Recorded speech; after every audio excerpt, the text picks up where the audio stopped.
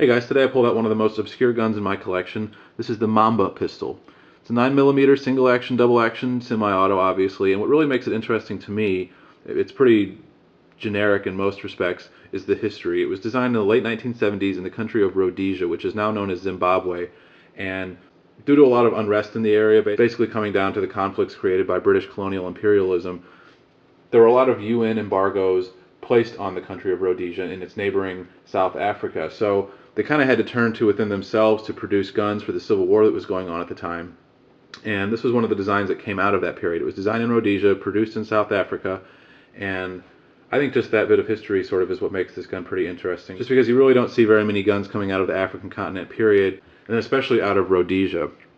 Like I said, the gun is pretty standard in other respects. It's just a single action, double action, semi-automatic pistol chambered in 9mm. This was made for the police and military during that time. They're extremely rare today. Only about 80 were ever imported into the United States by Navy Arms, and that was in the early 80s. They were actually trying to sell them, and they didn't go over too well. Sales didn't really happen just because they weren't built very well. Just because mostly the state of the arms industry in Rhodesia and South Africa at the time was not very advanced. So the gun is pretty crude and primitive in a lot of ways. It's not really Khyber Pass level of shoddiness, but it's definitely not a well-made, well-engineered piece by any means. This is serial number 9 that shows up, A0009. Like I said, 80 were imported by Navy Arms in Ridgefield, New Jersey, which I just want to point this out too. I think this is interesting. The B on Mamba is stamped backwards there. But 80 of these were imported. I would say probably less than 200 were ever actually made. There were also a few that were made specifically for Navy Arms, and they have a sort of a fancy cursive script on them rather than just that kind of simplistic stamping right there. You might be able to tell from me holding it that it's a somewhat large pistol. Got my Beretta out like I always do to show you a size comparison on that. Beretta, of course, being a pretty big gun, and then this Mamba pistol is about the same size. Definitely weighs more though. It's made of all solid stainless steel. See there, it's a pretty big gun. It's made completely out of stainless steel, but unfortunately not very high quality stainless steel. This goes back to the primitive state of the arms industry in Rhodesia at the time in South Africa.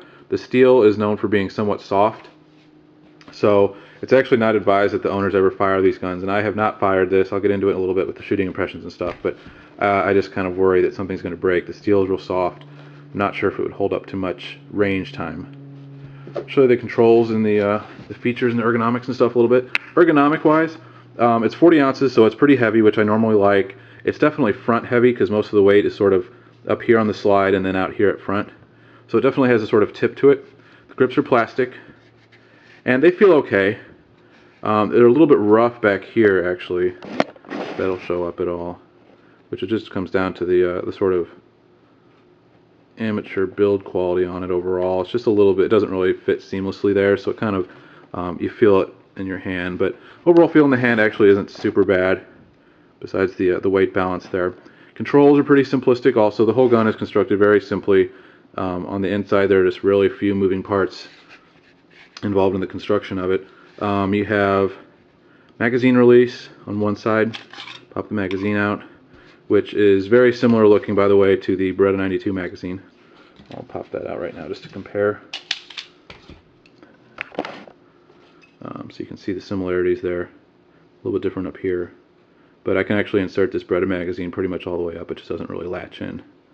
So magazine design is notoriously difficult too, so I wouldn't be surprised if they kind of rip that off of the Beretta.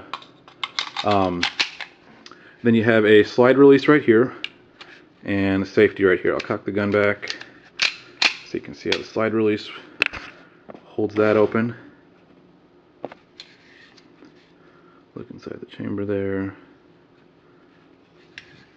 I'll show you how the safety works. So you let that go, slides forward, gun is cocked, has single action also.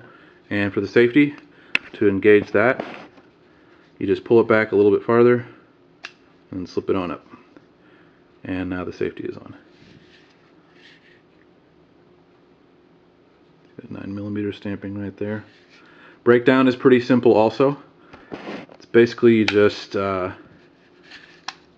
slide this back till that's lined up, push out this pin from this side, and this lever comes out, and it slides right off. There's a lot of guns that are built that way. It kind of reminds me of the USP, 8x H&K, several other designs. Use that sort of takedown mechanism. The sights and the sight picture. The rear sight is drift adjustable. The front sight is just a post. And the sight picture is fine. It's serviceable. It's got a ramp right here, and it's kind of low. It does have a little bit of serrations though, probably to try to reduce glare, but it doesn't work great. So sometimes if you're pointing this at a light colored object, it really just kind of washes out and you can't see it. But sight picture is okay. And on the topic of the sight picture, I mentioned before that this gun is made out of soft steel, and it's not advisable to actually shoot it, which I have not ever done. I've had this for about 2 years probably now, and I just have not taken it out to shoot just because you can just tell when you pick it up that it's not built extremely well, and I'm just afraid that something on the inside might snap or break. You know, obviously I wouldn't be shooting plus P ammo out of it, but even just regular 9mm, I don't want to batter the inside of the gun. As rare as these are, only 80 of them being in the country, this one in particular being serial number 9, it's really just not worth it to me to actually shoot it. I've shot enough guns to know that it's probably going to feel like any other semi-automatic pistol. It's heavy, so recoil probably won't be too bad. I'm sure it'll be reasonably accurate, you know, probably 3-inch groups at 15 yards, something like that on its best day. It's just not really worth it to me to risk breaking it when it's not going to be really a new experience for me to shoot this thing. It'll just be another semi-auto at the range. So fortunately I can't really attest to the shootability of it or how it shoots, and I'm sorry about that. I do shoot everything I own, but sometimes I have to make an exception. This one I did. I will show you the trigger pull on it though. Just will show you single action since it's already cocked. It's not terrible, it's not great though. Got some take up, and then a little bit of over travel sort of. Not really too much creep. It's actually not too heavy. I would say it's probably about 5 pounds, maybe 4.5. And then double action is pretty bad. That's pretty heavy. That's a pretty bad trigger pull right there. Single action though is not too bad. And I'll be honest too, I don't really like to dry fire the gun a whole lot just because of the build quality issues and the softness and the likelihood that something just inside might break. It's just not really worth it to me. So that was a trigger pull for you. Double action is terrible. Single action, not bad. It'd probably be okay in single action. So I usually do a criticism section on my guns, and I'll do one about this. It's really the biggest detractor about this gun comes down to just the build quality. And if you've watched my other videos, you know that I can get a little bit snobby about my guns sometimes. I do have some nicer things like the Court, the Manurin, Python, Pardini, things like that are really exceptionally well-made guns. Sig P210. This is at the complete opposite end of the scale. And sometimes it's kind of hard to explain exactly how you know something like that. This one makes it actually pretty obvious. There's things like the 9mm stamping on the barrel. It's just like, it looks like they had individual little dies for the 9, the M, and the M, and they just randomly kind of stamped them wherever they felt like it. Same thing with the serial number. It's all jagged up and down. The B on the Mamba's backwards. These serrations in front of the trigger, 3 of them go all the way down. This one here doesn't. Just little things like that add up to tell you that they didn't really spend a lot of time and care producing this gun. And reports are that from the early 80s too, the few people who actually bought these had reliability problems, and mostly due to the magazine not lining up right and things like that. So just overall the biggest detractor by far, the biggest complaint. Also this rear sight looks like it's pretty far drifted over to the left to me, which I don't think the gun would actually shoot very straight, or maybe it was done that way because it doesn't shoot straight naturally and they have to adjust the sight to get things on target. Either way, another indicator that build quality isn't that awesome. But I was just saying that the build quality in general is just the biggest downfall of this gun, I think. And other than that, if it was made better tolerances, parts don't fit together well either, which is why I didn't break it down in the videos, because it's kind of tough to get back together. The pieces are real tightly fit in there because they aren't, the tolerances and the clearances aren't really very precise. So you're kind of cramming things in and trying to get it all back together without breaking something. So just in general, build quality is not that great. So in conclusion, the Mamba pistol is certainly an interesting gun for its history, and that's really what the appeal is to me. The rarity also kind of does something for me too, but really the history, I think, just coming from a British colonial country like Rhodesia, which has never really, to my knowledge, been known for any kind of other arms production. This is really kind of the only thing that ever made it out of there. I just think that's really interesting. The gun itself is not well made. It's not a great gun. It probably works unreliably, but I'm sure it shoots okay. I just don't have any plans to shoot it because it's not worth it to me. Let's look at that there. The gun has been checked. Never even loaded a live round in here, I don't think so. But you know, it's just an interesting curiosity piece more than anything, conversation starter, that sort of thing. And I thought I'd pull it out.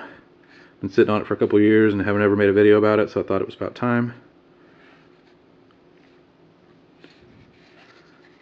So it's the Rhodesian Mamba, named after the snake, obviously.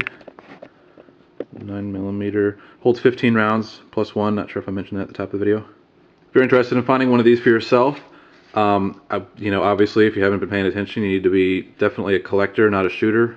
This is a collection piece more than anything.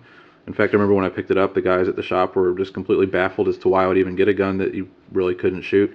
But this is one of those, and if you want to find one, like I said, they're extremely rare, 80 of them or so in the country. Wouldn't be surprised if some of those have broken by this point, but when they do pop up, though, they're usually not totally expensive.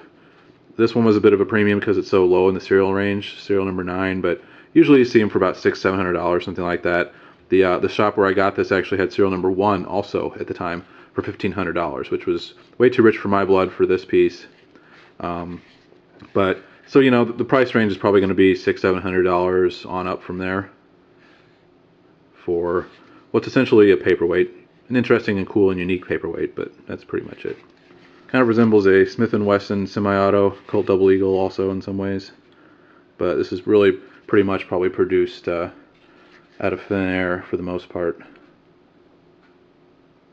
And I really like this is serial number 9 also, just because it makes me think that the people who actually designed this gun were probably in the workshop building this. So cool piece, the Mamba pistol from Africa. Thanks for watching.